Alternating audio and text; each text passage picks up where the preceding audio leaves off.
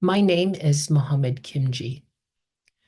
In the book of Exodus, we find the heart of the laws in the Hebrew scriptures, and they are called the Ten Commandments.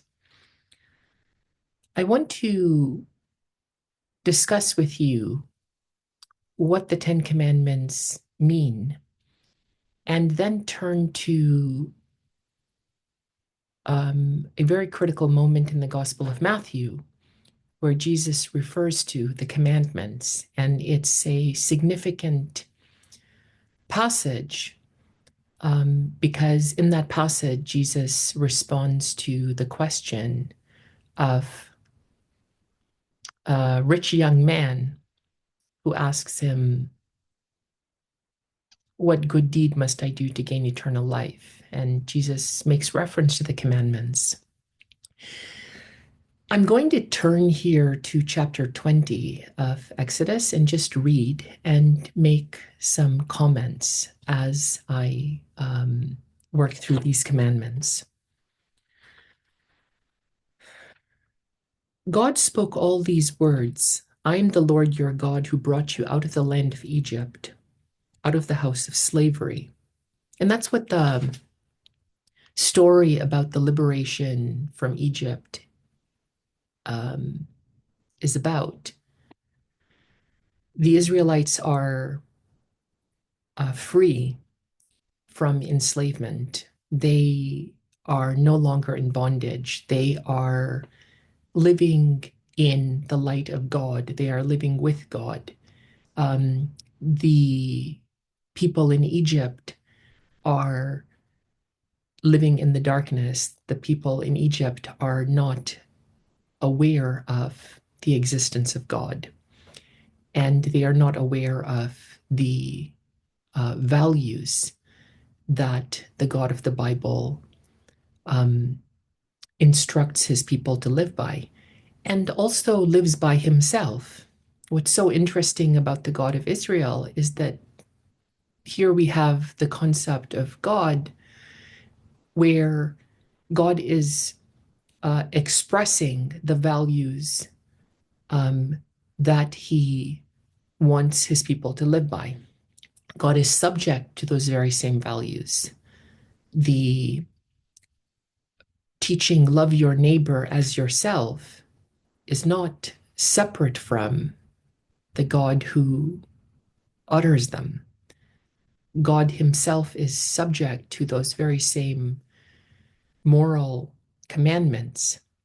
And so we have a concept of God that is moral, a concept of God that is attached to, um, inseparable from the values of love, the values of um, human dignity, the values that express the power of human beings in themselves and through one another.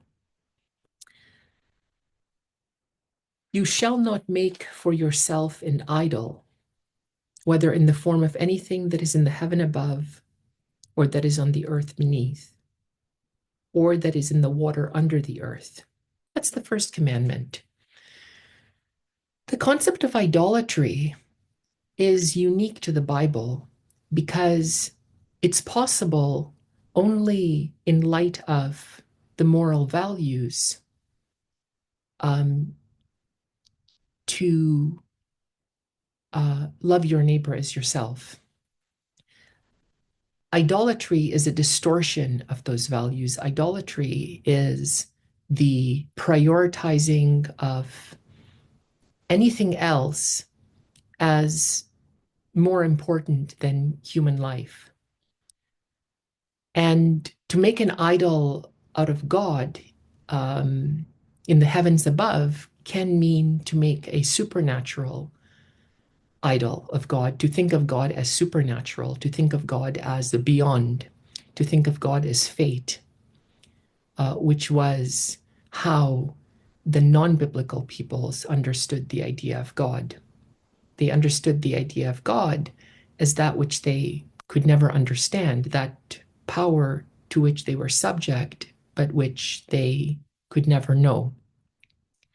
And so in the Greek tragedies, for example, fate is the ultimate cause of things, but while it is the explanation for what happens, it itself cannot be explained.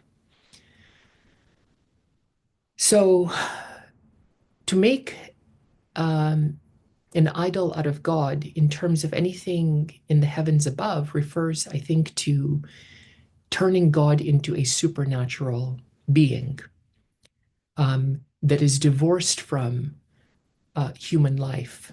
We know that in the Hebrew scriptures, God is always with the Israelites, no matter how much wrong they do, God never abandons them.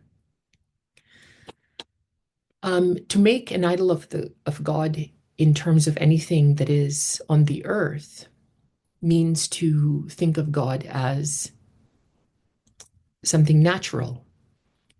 And we do this actually in our world all the time when we think of money as being the purpose of life, the accumulation of money, or when we think of physical appearance as being the most important thing, or when we think of our pleasure as being the most important thing. This turns God, the idea of love, the ideal of love, into something natural, into the fulfillment of our own immediate wants. Some people think of God as power. Some people think of God as reputation. Now, they won't call it God, but God becomes that which is most important to them. And so when I make God into an idol of nature, I chase after whatever it is that I think is most important. And often that will involve hurting people. And that's what we do when we make money or power or fame or reputation or pleasure an end in itself, that for the sake of which, human beings live. Money is not a means to live better. Life is a means to make money. And that's often what happens in the world. So that's the first commandment. The second commandment is in verse number 7. You shall not make wrongful use of the name of your Lord your God, for the Lord will not acquit anyone who misuses his name. What does it mean to misuse the name of God? Well, it's not saying something through the mouth. It's not calling God by a different name. To misuse the name of God means to live in a way where something else is more important than treating yourself and others with dignity. And so it's a category of human action and not verbal speech. And so it's very closely related to the first commandment, because to misuse the name of God means to turn God into an idol. And to live in a way where there is something more important than living in a way that we express what is best in us. which ultimately is treating ourselves and others not as means to an end, but as ends in ourselves, as the most important thing in the world or even out of the world. The um,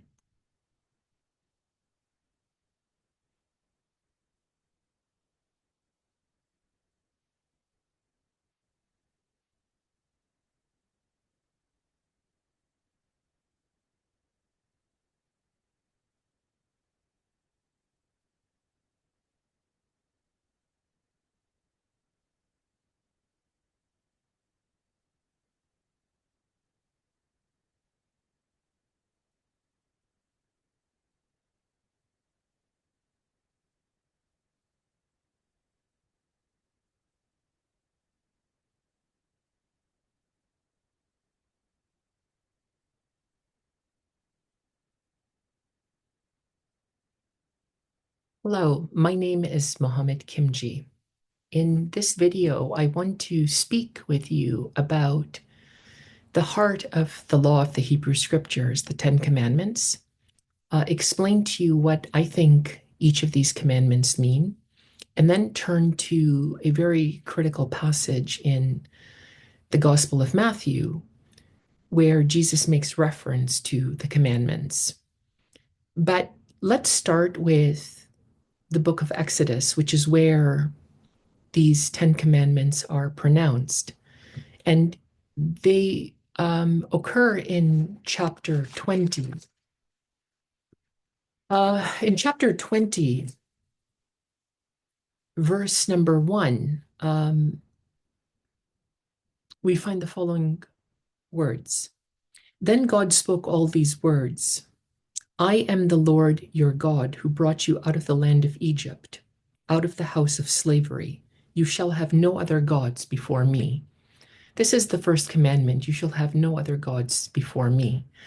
Now, the God of Israel in the book of Exodus is represented as freedom. The Israelites are free from the bondage of the Egyptians when they live with God, when they are with God. God leads them out of the house of slavery is another way of saying that the Israelites are free when they are with God. And we know that in the Hebrew scriptures, while the Israelites are represented as doing many bad things and falling off the right road, you can say, or right path, God never abandons them. And so the life of Israel is, while they are wandering in the desert for 40 years, it's a representation of the Israelites being free in a world, a pagan world that is not free. And so the Israelites are in a desert. This is the desert that, you know, doesn't have anyone else. The Israelites at one point in the Hebrew scriptures are represented as being like a vineyard that grows in a desert. It's almost like you have a pagan world, a world in which there is no God, a world in which there is no consciousness of God or self-consciousness of God. And here you have a miraculous people who are self-conscious of that which gives them life. And the God of Israel is the God of life, not the God of death. So you shall worship no other gods before me is indicating that uh, the idea, the ideal of God as as true freedom, as a God that is subject to his own commandments. Because what's unique about the God of the Bible is that God is subject to the very same moral commandments that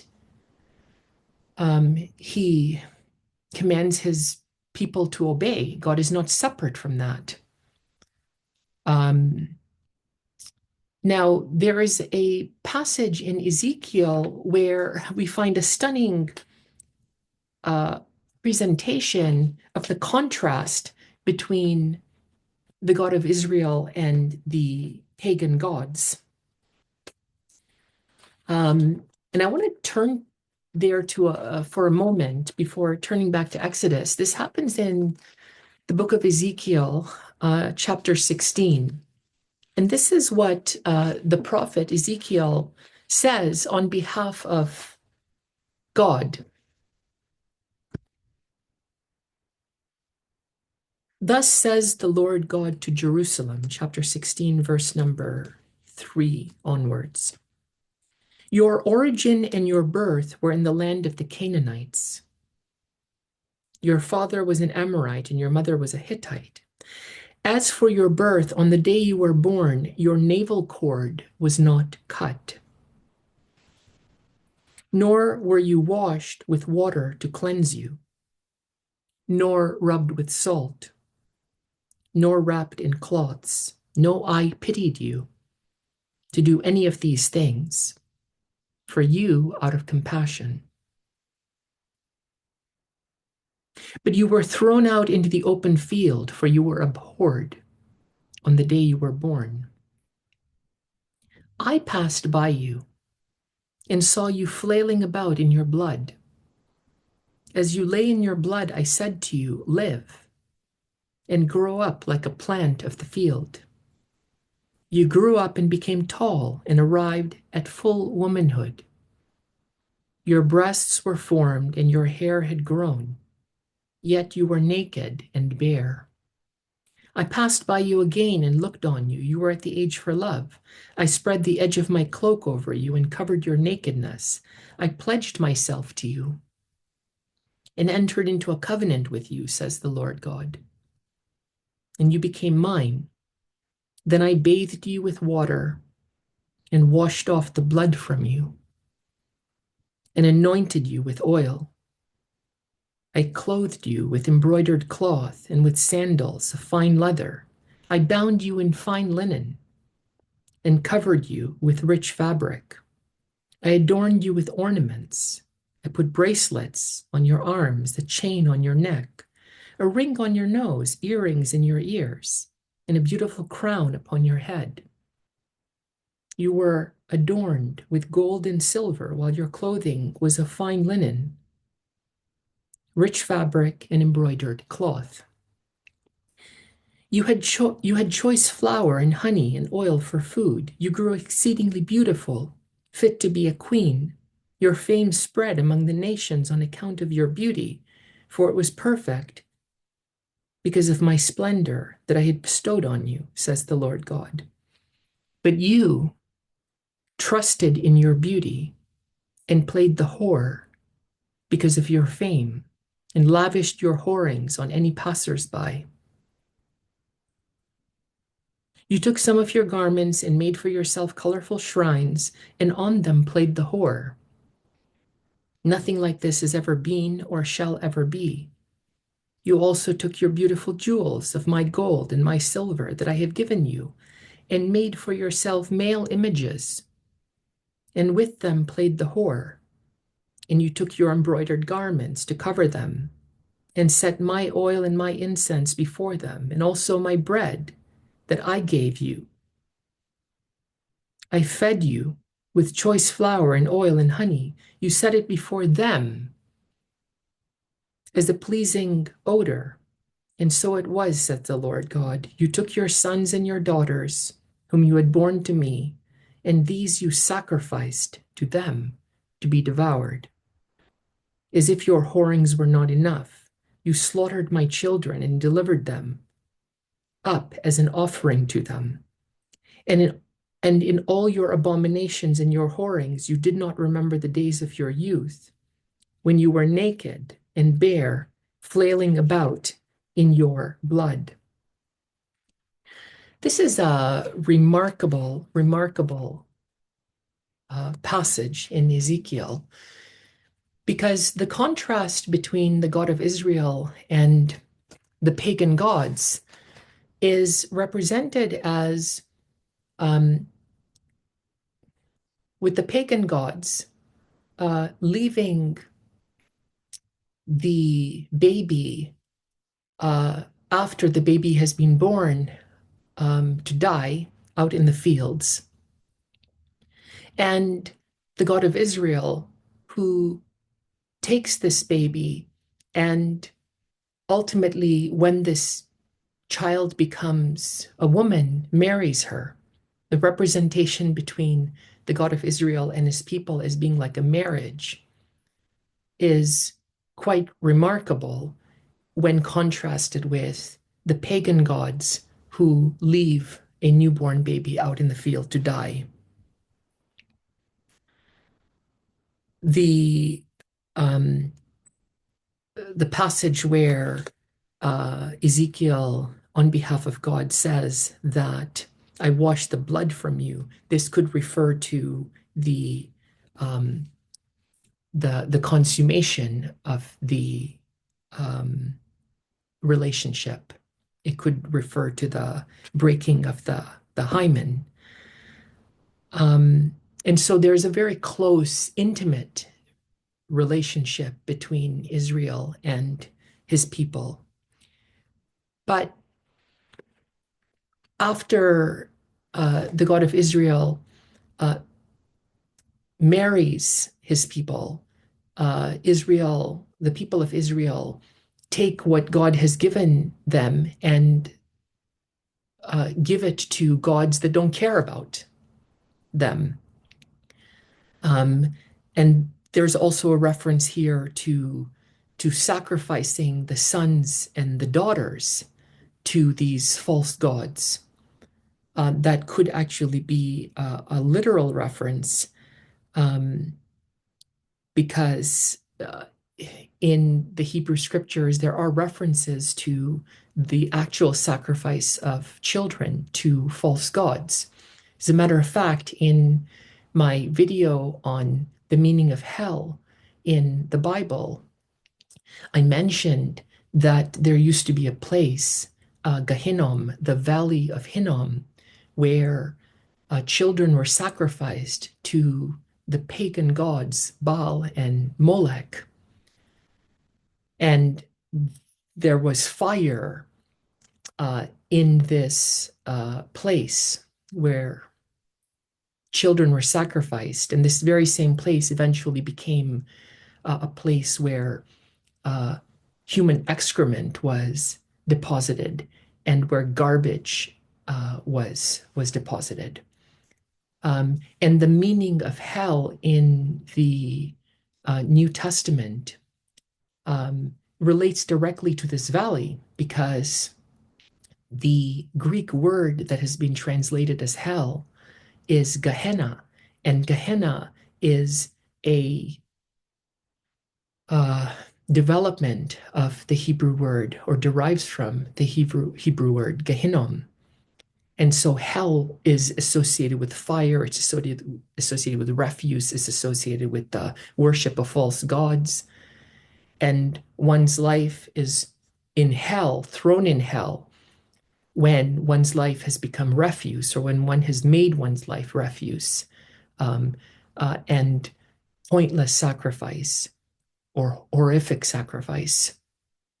And this is what we do in our lives. And I'll say more about that. But it's interesting also that in the Islamic tradition, hell is Jahannam, and Jahannam is also derived from Gehinnom.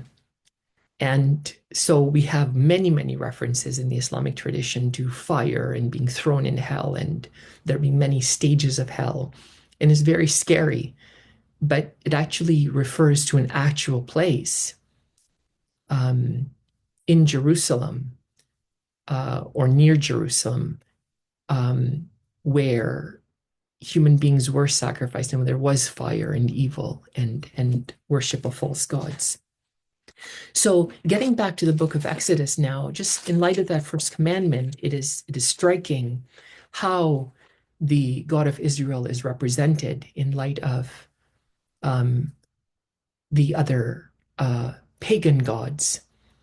The God of Israel is nothing is more important than the relationship that he has with his people, whereas in pagan life, human beings were worth nothing, and they suffered at the hands of their rulers, the gods, without having any say in what happened.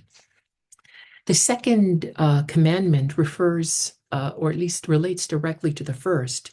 The second commandment is about idolatry. You shall not make for yourself an idol. This is Exodus chapter 20, verse number 4. You shall not make for yourself an idol, whether in the form of anything that is in the heaven above, or that is on the earth beneath, or that is in the water under the earth.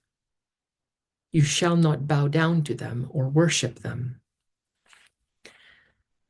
Now, idolatry is a uniquely biblical concept. Idolatry is the distortion or the perversion or the falsification of truth, the falsification of one's own moral being, the perversion of one's own moral being. It's turning God, which expresses the divine essence, you can say, of every human being, into something either supernatural, fate, that which is the beyond that can never be known, or something natural, like money or power or greed or pleasure. And so to make an idol out of God, out of the biblical God, to make a supernatural idol or to make God into anything in the heavens above means to turn God into a supernatural being to which human beings are subject, or in light of which human beings are ignorant. And this was the God of the non-biblical peoples. God was sometimes represented as supernatural, that which could never be known, fate itself, that explanation which had no explanation, the cause of everything that could never be known. And sometimes the pagan gods were represented as gods of nature, wind, um, light, um, uh, the sky, storms, the sea, feeling or passion that one couldn't control, love. But that which uh, which expressed some part of nature. And so to not to turn God into an idol, not to make false gods, means to understand God as the moral ground of our existence. God is the um, the truth of our lives, you can say. And the truth of our lives can be represented in many, many different ways, but the human being cannot exist without God, because God is that which sustains human beings. Now, we all have a vision of that which is greater than ourselves. We all understand that there is more than us. That more is an ideal, that more is a calling, that more is a purpose or a meaning for which we strive. But it's not like we are ignorant of that thing for which we strive, or that it's not a thing, but that ideal that for which we strive. We also strive from that ideal. We strive because we know what it is, and that more is a sense of human relationship, meaning, uh, love, uh, a world where human beings relate to themselves and to one another with respect, a world in which human beings relate to one another with dignity. And nobody would deny that they have an ideal, a vision of a world that is better than the world in which they are living. No one would deny that they have an ideal of that which is greater, more perfect, and that is God. So when we take that calling, or that moral obligation, that power to bring that ideal about, and turn it into something supernatural, which makes human beings simply a plaything of the gods, or ignorant of that which moves them, then the human being impugns his own dignity, because the human being then understands uh, himself not to be free, but to be subject to uh, a cause that um, is not his own will. And how can one take responsibility for one's life if um, one understands the basis of one's actions and choices to be that which is outside of himself? Um, but we know that, in our lives, we make idols out of God every day when we chase after things that are more important than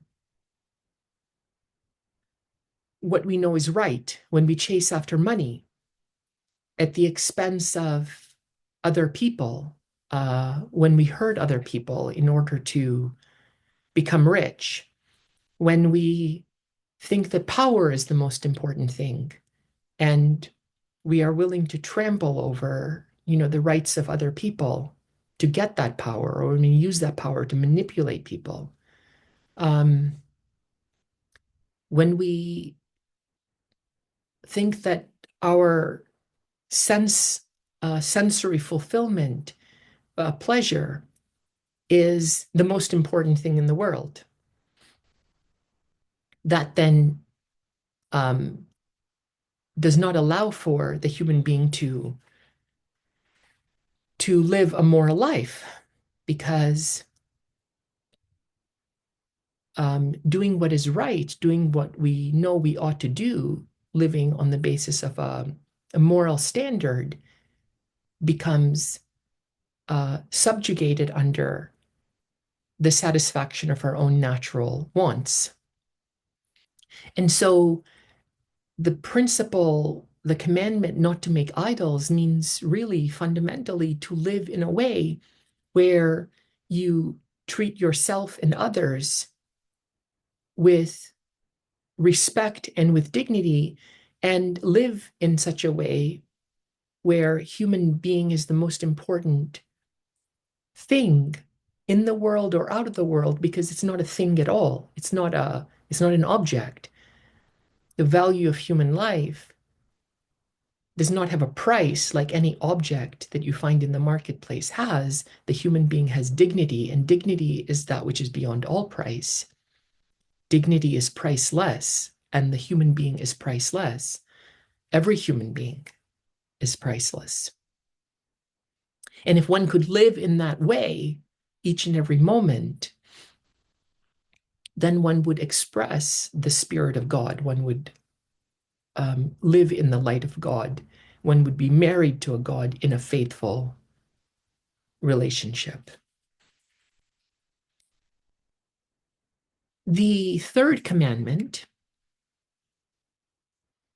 is mentioned in verse number 7 of Exodus. You shall not make wrongful use of the name of the Lord your God, for the Lord will not acquit anyone who misuses his name.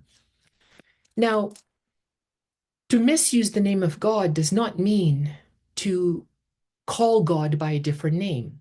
Misusing the name is not expressive of something that comes out of our mouth.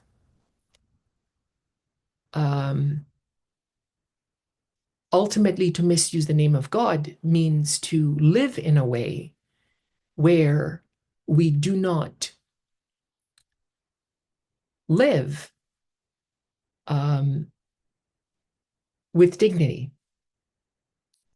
And the standard of our action is not a moral standard, a true moral standard. The standard of our action is either our own pleasure or our own, sensory inclinations, our own wants, our own sensual desires, our own feelings. And so the question is not what we call God through the lips. The question is how we breathe the breath of life that we have. And if you look around the world today, if you watch the news every day, then you are acutely conscious of the fact that people often do not live in a way that brings life. On the contrary, they live in a way that does harm, that brings death, whether, regardless of how one understands or how that sin is expressed or how that evil is expressed. The fourth commandment is about the Sabbath. This is verse number 8. Remember the Sabbath day and keep it holy. 6 days you shall labor and do all your work. But the seventh day is a Sabbath day to the Lord your God. You shall not do any work, you, your son or your daughter, your male or female slave, your livestock, or the alien resident in your towns. Now, this might seem strange to a lot of people. What is being communicated here? Well, I think there are a number of things that are being communicated in the Sabbath. I mentioned in a prior video that it wasn't too long ago that 6 days of the week, people in Toronto were allowed to work, but on the seventh day, the shops were closed. Sundays, the shops were closed.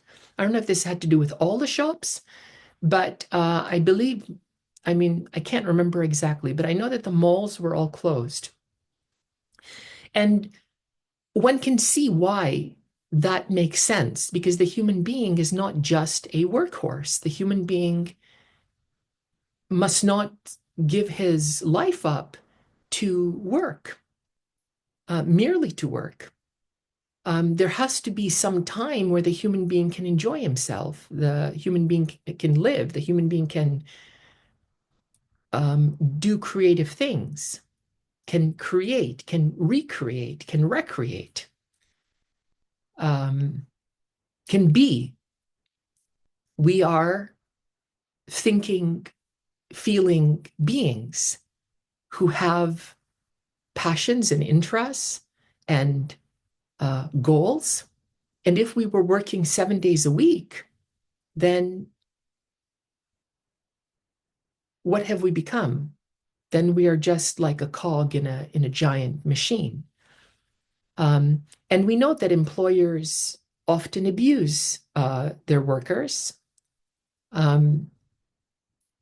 to the extent that the law allows. The minimum wage is not sufficient to live, but many jobs are minimum wage jobs.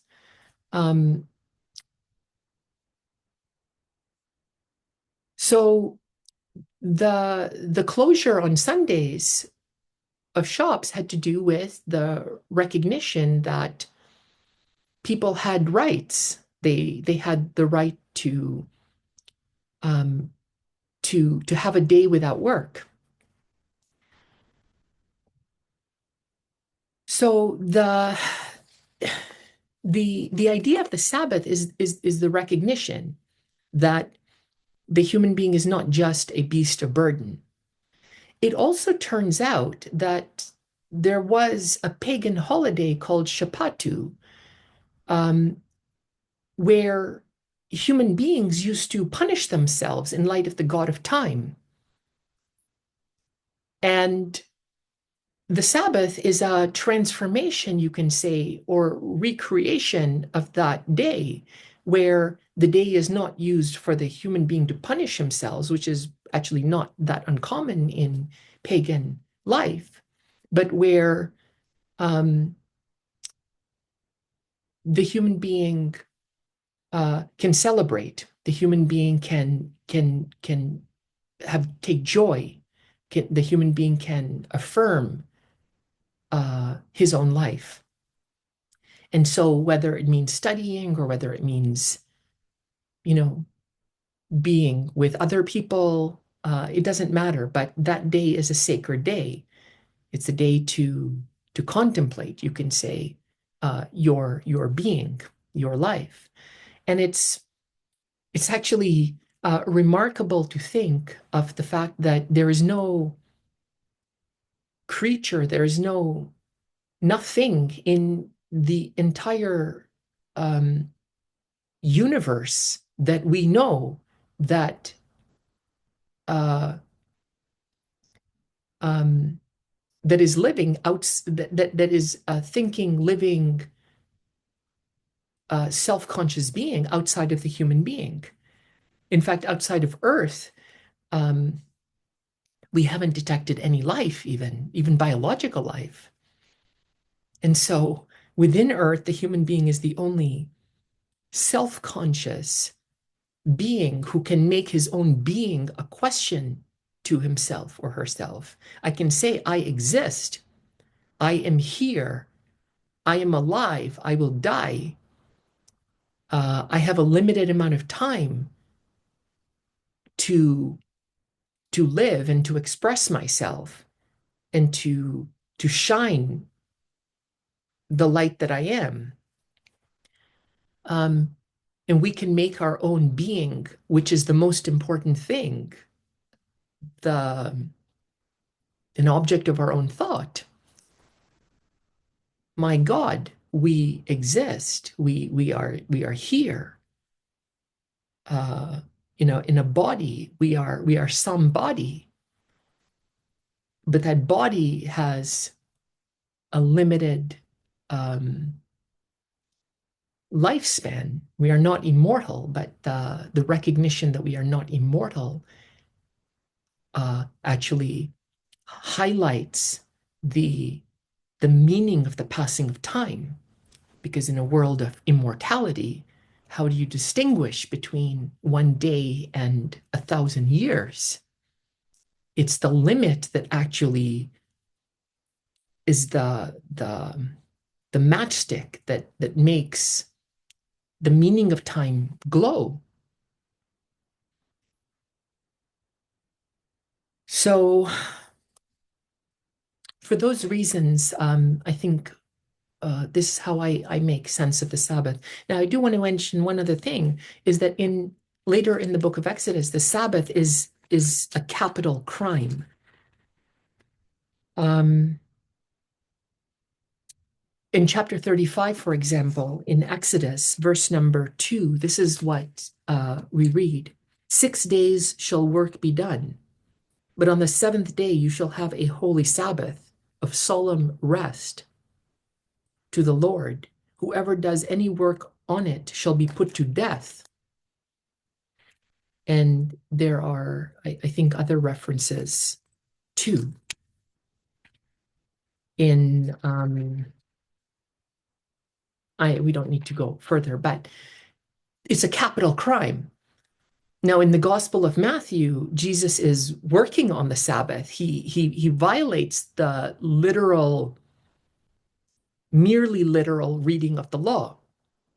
He and his disciples are picking grain because his disciples are hungry. And the Pharisees accuse him um, of breaking the Sabbath law. They know that it's a capital crime. And in the Gospel of Mark, Jesus replies, that very same story told, but Jesus replies to the Pharisees. He indicates that the human being was not made for the Sabbath. The Sabbath was made for human beings. The human being was not made for the law. The law was made for human beings. The human being was not made for tradition. Tradition was made for human beings. Now, there's a difference between traditions and traditionalism. Traditions are um, the living faith um, of dead people. Traditionalism is the dead faith of living people. When we make when we make the human being for the sake of the law, that's traditionalism. That's killing the spirit of tradition by making ourselves subject to or less important than the tradition. Um, but to think about traditions and to have respect for traditions is to make the value of traditions um, um, to think about the validity of traditions as having value insofar as they are good for us. So when the traditions become primary above what is good for human beings, then it's a falsification of traditions. Then it becomes traditionalism. So, in general, the first four commandments, you shall have no other gods before me, you shall not make an idol of God, you shall not misuse the name of God, and you shall observe the Sabbath. They are, generally speaking, you can say, having to do with God. The last six commandments concern human beings, you can say. That's a simplistic distinction because, again, when I speak about God, I'm speaking about human beings. God is an idea, an ideal of human beings. God is not removed from human beings. And ultimately, the commandments of God, about God, have to do with how human beings ought to live and carry themselves in the world. But the last six commandments, honor your father and your mother, verse number 12 of Exodus chapter 20. Honor your father and your mother. To honor your father and your mother does not mean to obey everything that your mother and father says. If your mother and father says something that is wrong, then it is incumbent on you to hold your mother and father accountable. There is a very, very insightful verse in the book of Leviticus. You shall reprove your neighbor, or you will share in his guilt. To reprove means to rebuke. You shall, hold your neighbor accountable for the false things that he says, or you will share in his guilt. You will be complicit.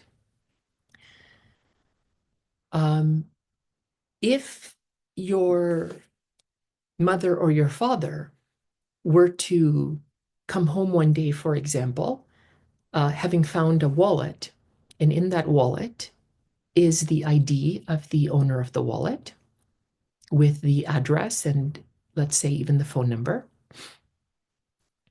And inside the wallet is also $2,000 in $2,000 bills. And your father comes to you and says that he found the wallet. And, he's not going to return it. There was $2,000 inside and he needs the money.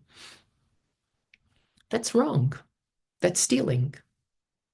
And so if you tell your father that he's doing something wrong and he needs to return the wallet, you are privileging or you're prioritizing your obligation to a stranger over your uh, obedience to your father. You are loving the stranger as yourself. And that's what it means to love God above all others. It means to make the moral ground of your action um, the ground of your action, and not to make, any false sense of duty towards your parents as being the ground of your action, if in fact it violates the principles of truth or the principles of God.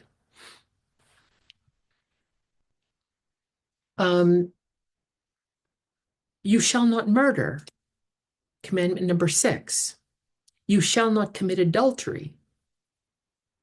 Verse number 14. That's commandment number 7. Now, in the Gospel of Matthew, Jesus says in chapter 5, any person who looks at a woman with lust has already committed adultery with her in his heart. To commit adultery means to make impure. It means to adulterate. To adulterate means to contaminate. You adulterate your relationship with the woman. You contaminate your relationship with the woman when you see her as an object, as someone whom you can use, as someone who has merely instrumental value, and not as a human being, not as someone who has infinite value, priceless value. When you turn another person into a means to your own end. So the commandment, you shall not commit adultery, is not merely a commandment not to have sexual relations outside of marriage. It's a commandment not even to think about another human being in a way that does not do justice to his or her dignity and value. For then you are adulterating your relationship with that person. It's such an enormously high standard and almost impossibly high standard. And yet it's the standard of truth. It's a standard that is actually in the very heart of every human being. It's on the threshold, you can say, of impossibility because it demands so much from every human being at every moment in time. Even our thoughts are subject to a moral principle that has the most exacting demands. And on the other hand, while it seems to be so high that it's almost impossible, it's necessary. We have to do it. There's no escape from it. God is everywhere. The standard, moral standard is everywhere. It's what it means to be human. It means to be subject to a moral standard because there's nothing else in the world or out of the world that is subject to a moral standard. That's what makes human beings unlike any other creature in nature.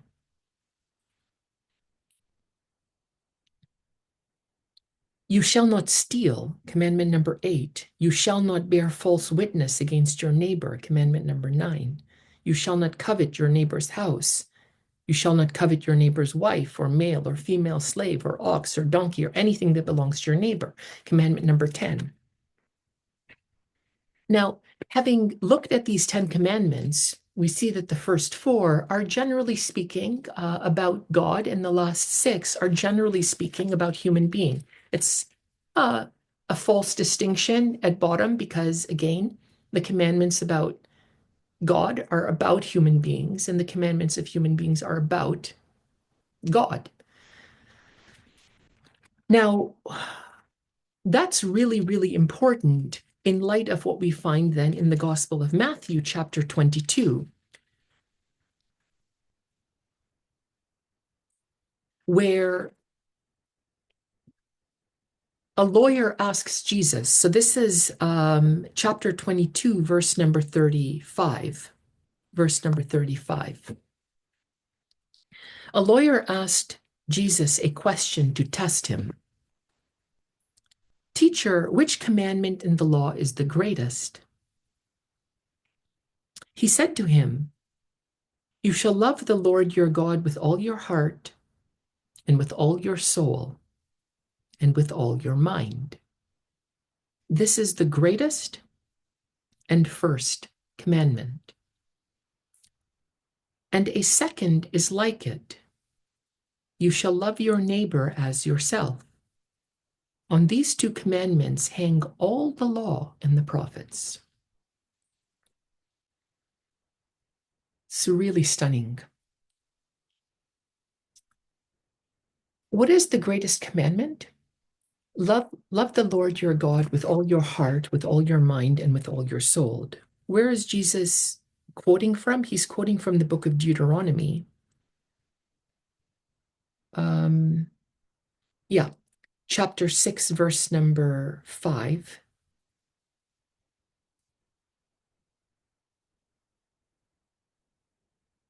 Chapter 6, verse number 5. It sounds like, on the surface, that the most important commandment is to worship God, to love God, and not human beings. And the second commandment is less important, and that's to love human beings. But that's not what the text is communicating. What the text says is that the second is like it. Now, Jesus doesn't say more at this point about what it means that love your neighbor as yourself is like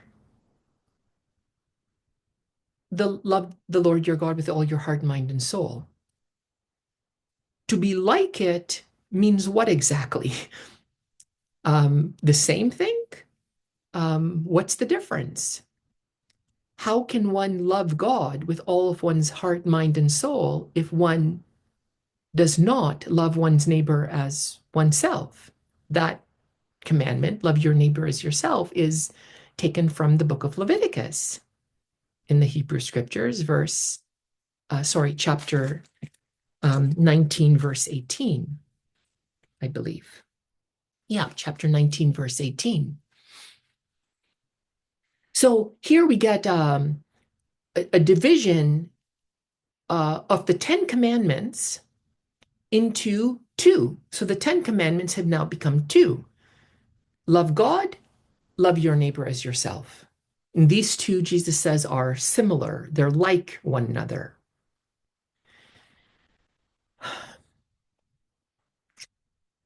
What we find in chapter 7, verse number 12, is that these 2 commandments become 1 commandment. Because in chapter 7, Gospel of Matthew, verse 12, Jesus says, in everything, do unto others as you would have others do unto you. This is the law and the prophets. In everything, do unto others as you would have others do unto you. This is the law and the prophets. Treat others as you would want to be treated. That is the essence of the Hebrew scriptures. The law refers to the first part of the Hebrew scriptures, the laws of Moses. The second part of the Hebrew scriptures is the books of the prophets. So Jesus has now distilled the entire teaching of the Hebrew scriptures into one principle. And that principle is love your neighbor as yourself. That's the equivalent of treat others as you would want to be treated, or do unto others as you would have others do unto you. The equivalent is love your neighbor as yourself, not love your neighbor more than yourself, such that you become a sacrifice to your neighbor, and not love yourself more than your neighbor, such that your neighbor becomes a sacrifice to you. There is an equality. There is a relationship in which each side has absolute value. And there is no comparison then in terms of which obligation is more important, the obligation I have to myself and the obligation I have to you. There is a marriage. There's a marriage between every human being and his neighbor, who could be the stranger and who could even be the enemy. Love your enemy. That's what Jesus teaches in chapter 5 of Matthew, as I discussed at some length in my video on interpreting Jesus's Sermon on the Mount.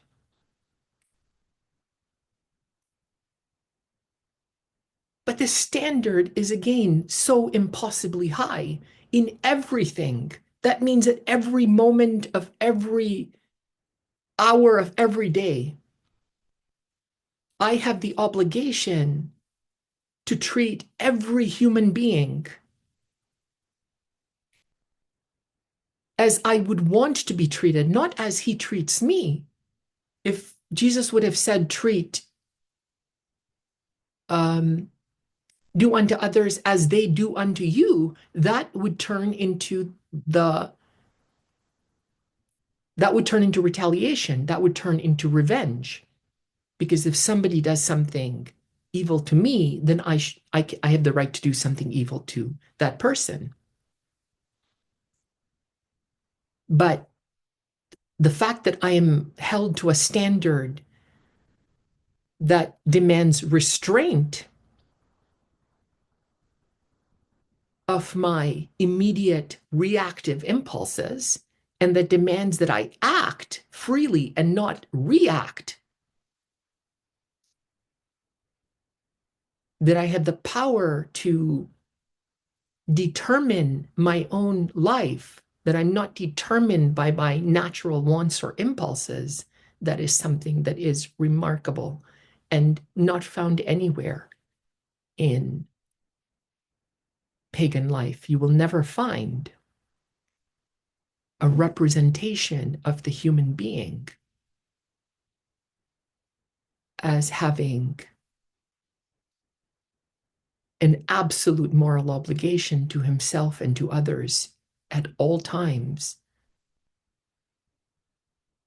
And that obligation involves treating every human being as the Son of God, as the image of God, and not the image of nature, or as an end in himself and not as a means to an end. That is, as having absolute value or intrinsic value. Okay, I hope that was helpful. My name is Mohammed Kimji. Please connect with me on LinkedIn if you would like to keep in touch. Thank you for your time.